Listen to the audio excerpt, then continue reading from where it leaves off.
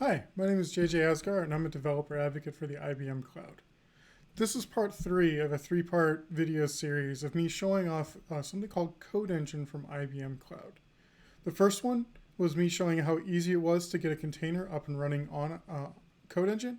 The second one was me showing how you can turn some knobs and dials to make sure that you get the level of support you need for your application.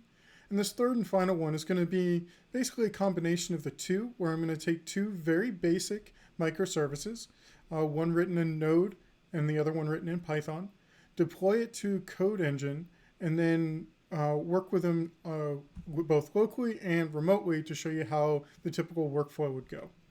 Now, the two applications are up on GitHub, which I'll link at the bottom below. But the gist of this is to show you how all the microservices can kind of come together and the typical workflow you would do as a developer. So let's get started. All right. So just in case you hadn't seen it before, this is the landing page for Code Engine off of IBM Cloud. Hopefully I'm going to do most of the stuff through the CLI so you can actually see how it works. But I want to at least make sure if you've never seen it before, you see this now here. Okay. So let's talk about the two applications that I've created. I've created something called Node True and Python Get Quote. Node True is just a very simple Node application that when I run it, it will go ahead and give me a JSON output of the setting equals true. That's all it does. So if I go ahead and do node or npm start, we'll go ahead and spin it up. As you see, I'm listening on port 8080 on localhost. So if I can bring this over here and do localhost port 8080, we now see our setting is true, which is wonderful. It's exactly what we're hoping to do. Now, if I needed to change it, what I would do is, which I'll show later, I will change this setting to false, and that's important to know at a later time. The next application, because it is a microservice and requires the setting true to be already running, is my Python application. So if I do this Python application, you don't need to know the majority of it, but the most important thing to realize is it is a Flask application. It looks for an upstream, which will be our Node application. And if it defaults to port 8080 in localhost, so we can test this locally. Then it goes to something called Zen quotes. So if I do a curl on Zen quotes, it actually goes out and grabs a random quote for me from a list of a bunch of quotes that are put there, which is really, really nice. And then if our application is set to false, it will go ahead and say, hey, it's not set to true, so I can't do it. So let's run this locally first. But before I do this, because of the way the ports are working on the machine, I have to set the application. So if I do node or npm start, there we go. Now we're on port 8080, and because of our application and sitting on port 8080, well, I'm going to change this to port 8081, just like I was being a developer testing out two microservices here. There we go. So now if I do Python 3 app py, we now say the warning of the upstream is set to localhost because I'm doing local development on this work, just like I'm trying to get to Code Engine. Then I have a running application on port 8081. So if we come over here and change this to 8080, as we see, we're set to true. And then we can go to 8081, and then there we get a nice little quote right there. If I go ahead and kill this and start it up again, just to verify that this is actually going out there, I refresh it, and now I get a new quote also. So now I know I have two microservices on my local laptop running, working just as source code. Next thing I need to do is build the containers. So we're going to go ahead and go back into our app real quick, just because development is always fluid. If I go ahead and do docker build and then do Python get quote, there we go. So I'll go ahead and build this. I've already built it a couple times, so it only took a couple seconds, which is great. I'll go ahead and push this up to Quay also. So if you ever want to play with it, it's out there too. Then I'll go ahead and back to the node true here. And then I'll go ahead and do build node true again, just to make sure it's there. And then I'll go ahead and push also node true 2. And there it goes. So now I know I have the containers that my application runs to work. I can test the containers locally, but I want to make sure we see Code Engine as quickly as possible. So I'm just going to say, trust me, it works. If you really want to test it, you're more than welcome to build a container yourself. Okay, first thing first is we need to go ahead and, because our microservice for node true needs to exist first, we need to change that. So let's go ahead and go back into Code Engine.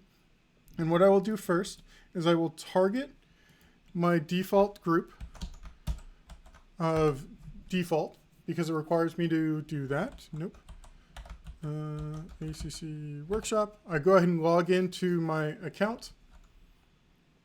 And then it says I need to target a resource group.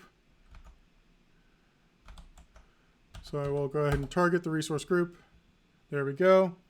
And then next, I will go ahead and target a project called Quote Grab. I know I'm great at naming. I'm sorry, whatever. And there we go. And just to prove to you that it is there, this is the quote of the project of Quote Grab right here. As you see, I have no applications, so we need to build our first application. What I will do first is I'll, just like in the previous video, I will go ahead and do IBM CE application create of node true with the quote, the latest, and I'm going to do the no wait just so we can go ahead and get it to come back, and we should see very quickly here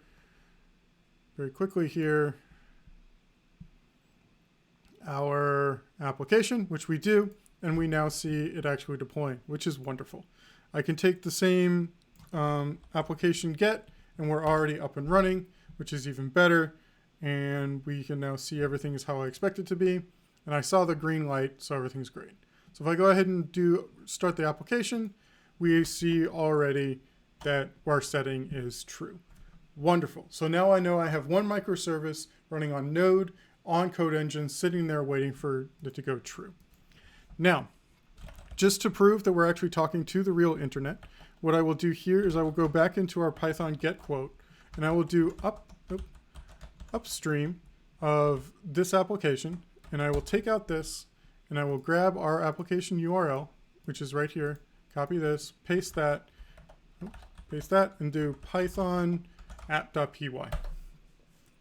And I need to do Python 3 because we are all doing Python 3 now. There we go. So now I've set my upstream to that, and now I've run the application. Now I'm listening on port 8080. So let's go ahead and see if we have on localhost port 8080. There we go. So we now know that our Python application can talk out to Code Engine, grab the true, and sees that it's what we were expecting to see. Wonderful.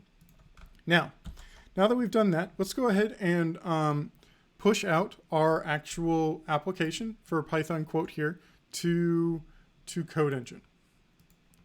If I go back to our applications, as you see, nothing up my sleeve here. So I will go ahead and grab this command and paste that in right here.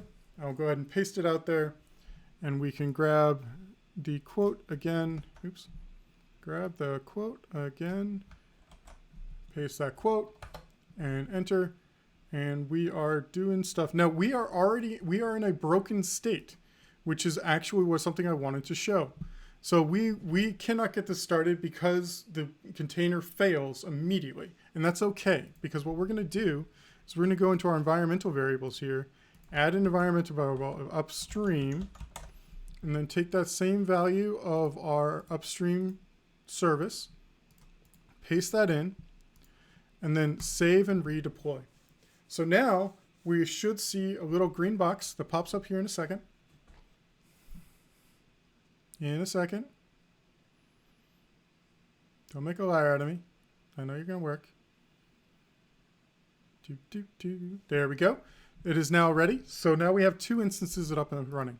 We can even bring up the logging if we want, because now that we have a working application, LogDNA starts actually capturing logs, which is nice. And then we can go ahead and go to our application URL, and just like earlier, we now have our application and our quotes. Now, one last thing before I go ahead and end this whole thing is I want to show a little bit more breaking this. So if I go ahead and go back to my Node application and I go ahead and send it to false, I will actually break this after during a redeploy. So if I go ahead and turn that to false and then build my node true again, and then I go ahead and push my latest again, just to show that everything does fall apart. I go ahead and push that. I can go back into my application and I can go ahead and do update my node true. So it'll kick it and it will attempt to create a new one. Go back over here. As you can see, we're redeploying it. We're waiting for it to come back up. And there we go.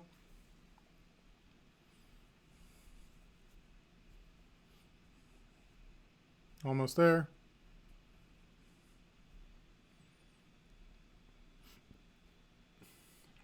And there we go. So I can bring this back up now. And we now see ours is false. And we will now see if we go in here, this thing will constantly fail because it's trying to start it and now it's set to false. You can obviously put more intelligence inside of there for your application and to be able to get better warnings and whatnot. But my goal here is to show you that I have two totally different applications, both running on top of Code Engine, two different languages, and they can talk together back and forth by just using environmental variables or however you choose. And that's it. Hopefully this is enough to kind of show what was going on and the value that is part of Code Engine and being able to do microservices. If you have any questions, never hesitate to reach out, and I hope to see you on the internet. Thanks so much. Bye.